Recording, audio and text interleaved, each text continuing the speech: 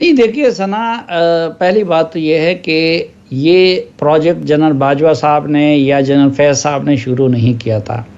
یہ پروجیکٹ عمرانی پروجیکٹ شروع ہوا تھا 2010 میں، اور جو لاہور کے ان کے جلسے تھے، جو کراچی کے ان کے جلسے تھے، وہ اس وقت کی اسٹیبلشمنٹ کی طرف سے پوری طرح سپانسر کیے گئے تھے. پھر میں کئی بار لکھ بھی چکا ہوں، بول بھی چکا ہوں، ذاتی طور پر جانتا ہوں کہ یہ اسد عمر، شاہ محمود قریشی، پرویز خٹک، یہ سارے لوگ ایجنسیوں نے شامل کرائے ان کی پارٹی میں.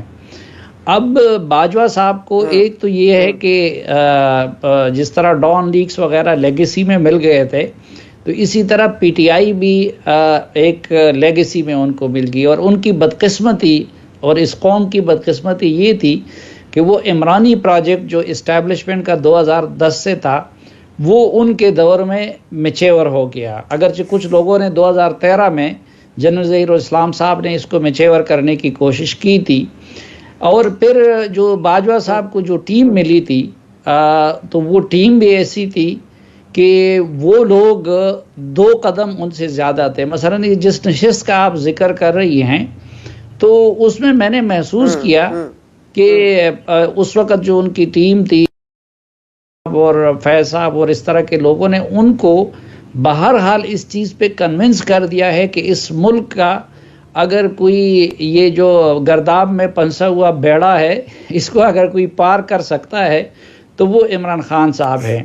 اور میں اور ظاہری بات ہے کہ ارشاد بٹی صاحب کو تو خاموش رہنا چاہیے تھا، کیونکہ بٹی صاحب بھی اسی طرح سوچ رکھتے تھے، اور جو 2-2.5 گھنٹے کی ہماری وہ تھی.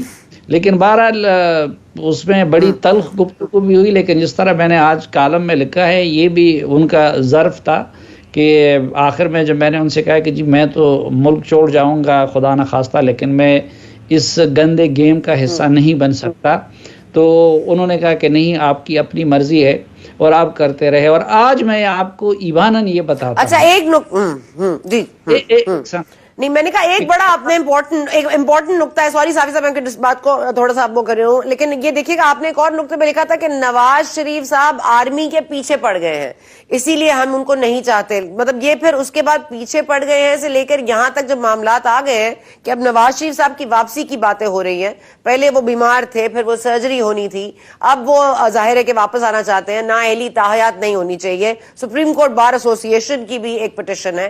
اب ان تمام معاملات میں سچ بولنا تو بڑا ضروری ہو گیا ہے. کیا نواز شریف صاحب بھی سچ بولیں گے؟ اور یہاں تک معاملات کیسے آئے کہ تو دشمن تھے کبھی باجوہ صاحب کے، انہی سے جا کر بات کی گئی کہ آپ عدم اعتماد لے آئے، ہم نیوٹرل رہیں گے؟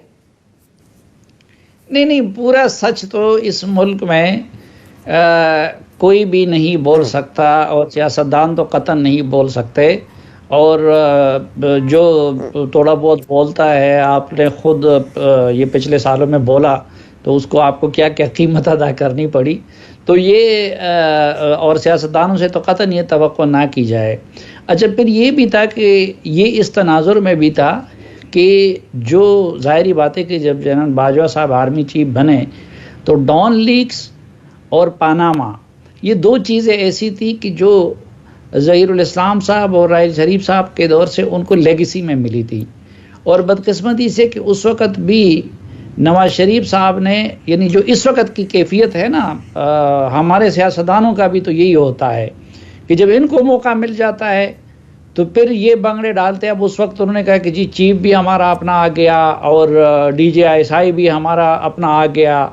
تو انہوں نے ایک تو جو کمٹمنٹ کی تھی وہ کمٹمنٹ پوری نہیں کی ڈان لیگز پہ ان کے ساتھ، اور پھر بنگڑے ڈالنے لگے، اور اس کی وجہ سے وہ اپنے انسٹیٹیوشن میں ڈیفینسو پہ ہو جاتے ہیں. اس طرح آج کل بھی آپ دیکھیں، اب اس سے پہلے عمران خان صاحب کا غرور جو تھا وہ ہمارے یہ ہمالیہ کے پہاڑوں سے بلند تھا.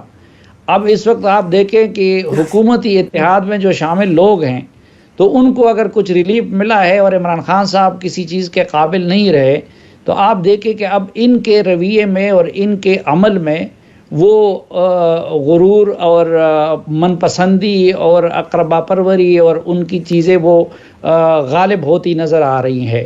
وہ اب مثلا مولانا فضل الرحمان صاحب کا رویہ آپ دیکھ لیں، ہمارے دوست کا، کہ ایک تو یہ کہ جب ان سب کو موقع ملا اتنی مار کھانے کے بعد، ایک نے اپنے بیٹے کو، زرداری نے اپنے بیٹے کو، انہوں نے اپنے بیٹے کو یہ کر دیا. پھر ابھی آپ دیکھیں کہ خیبر پختونخوا میں انہوں نے بیان ہی وہی کیا.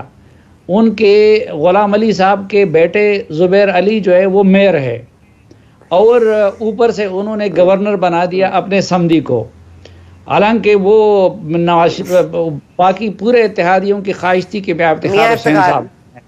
ٹھیک ہے، تو یہ اب وہ مولانا صاحب کہتے ہیں کہ جی میں نے کوئی مذاکرات نہیں کرنے ہیں اور ان کے ساتھ یہ نہیں کرنا ہے، وہ نہیں کرنا ہے. تو یہ بڑی بدقسمتی ہے کہ لوگ اس پہ ہو جاتے ہیں. لیکن وہ جو پہلی والی بات تھی نا ثنا، میں ایماناً آپ سے کہتا ہوں، میں کہتا ہوں کاش میرے وہ اندازے اور وسوسے اور خدشے وہ غلط ثابت ہو جاتے. یعنی ہم انسان ہیں، تجزیہ کرتے ہیں، اندازے لگاتے ہیں، بعض درست ہو جاتے ہیں، بعض غلط ہو جاتے ہیں.